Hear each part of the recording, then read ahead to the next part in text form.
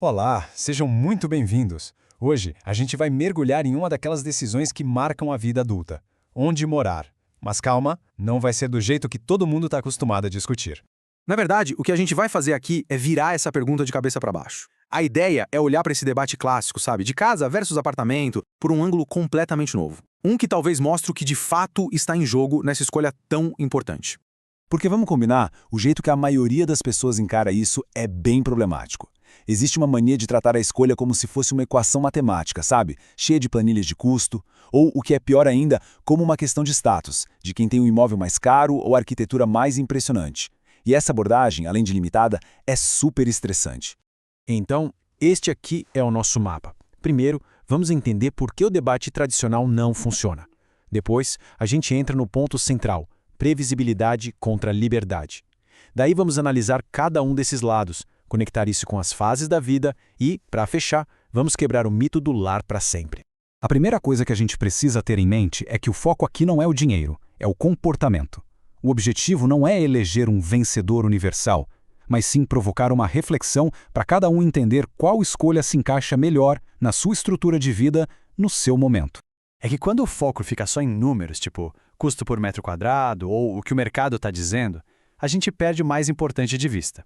A pergunta de verdade não é sobre o imóvel, mas sobre a vida que se quer levar dentro dele. E é exatamente aqui que a nossa análise fica mais interessante. A grande tese, a ideia que vai guiar a gente a partir de agora, é que essa escolha não tem a ver com tijolos ou com vagas de garagem. Essa frase é muito forte. Comprar previsibilidade ou comprar liberdade. Entender qual desses dois valores pesa mais no momento de vida atual já dá uma clareza muito maior para avaliar as opções que estão na mesa. Bom, então vamos começar olhando para o primeiro caminho. Quando alguém escolhe morar em um apartamento, o que essa pessoa está comprando no fundo, é previsibilidade.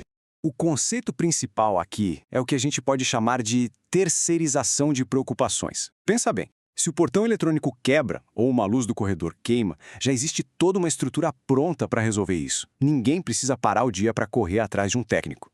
É basicamente pagar para não ter que se preocupar com as microdecisões operacionais do lar. E essa terceirização se mostra em coisas bem concretas, né?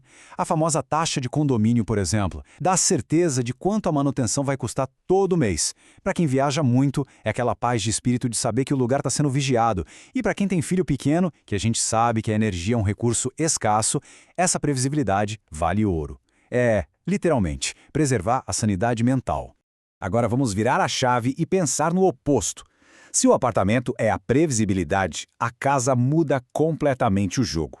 Aqui, as palavras mágicas são outras: autonomia, liberdade, espaço e privacidade. O que a casa oferece é o que a gente pode chamar de soberania espacial. É o seu território. É aquele apelo de não precisar marcar hora para usar a churrasqueira ou se preocupar com o barulho de um jantar que foi até mais tarde. É o controle total sobre o seu ambiente. Mas atenção, essa soberania toda tem um custo que nem sempre é óbvio. Não tem o boleto do condomínio, claro, mas no lugar da despesa fixa entra a despesa que aparece do nada e que é totalmente imprevisível. Uma infiltração no teto num domingo à noite, a pintura da fachada. Quem vive sem condomínio vira o próprio síndico da sua vida. O controle total vem junto com a responsabilidade total. Então, o ponto central é esse aqui, ó. O apartamento te dá paz de espírito, mas cobra com regras e limites de espaço. A casa te dá autonomia, mas cobra com imprevisibilidade e uma responsabilidade bem maior. No fim das contas, não existe um modelo perfeito. Aquela ideia da casa dos sonhos sem nenhum defeito é uma ilusão. É sempre uma questão de troca. E isso tudo nos traz para o ponto mais importante dessa análise toda. A melhor moradia é aquela que se alinha com a fase da vida da pessoa. As prioridades mudam, não são fixas. A vida é fluida. E o que funciona hoje, que é uma maravilha, daqui a 5 anos pode ter virado um preso. Vamos pensar na prática. No começo da carreira, com aquela rotina maluca, a previsibilidade de um apartamento é fundamental. Quando os filhos chegam e são pequenos, preservar a energia ainda é a coisa mais inteligente a se fazer, e o apartamento ajuda muito nisso. Mas, conforme as crianças crescem, a necessidade de espaço, de autonomia, aumenta. E aí a balança começa a pesar mais para o lado da liberdade que uma casa oferece, mesmo com todas as responsabilidades. E é aí que o conflito aparece. O imóvel continua o mesmo, mas de repente surge uma sensação de confinamento. Aquele apartamento que era um paraíso de praticidade começa a parecer pequeno demais. As regras do condomínio, que antes eram convenientes, agora parecem correntes. O imóvel não mudou. A pessoa é que mudou. Então, a pergunta certa a se fazer não é qual é a melhor opção, mas sim esta aqui. Que tipo de desconforto se prefere tolerar? É a restrição de espaço e as regras em troca de paz de espírito? Ou é a instabilidade financeira e a carga da manutenção em troca da soberania sobre o próprio espaço? A resposta para isso define o estilo de vida que se busca. E perceber isso tudo ajuda a gente a tirar um peso enorme das costas. A pressão de procurar um imóvel como se ele fosse um troféu definitivo para a vida toda. Talvez a maior liberdade de todas seja simplesmente aceitar que o conceito de lar para sempre é, na verdade, um grande mito.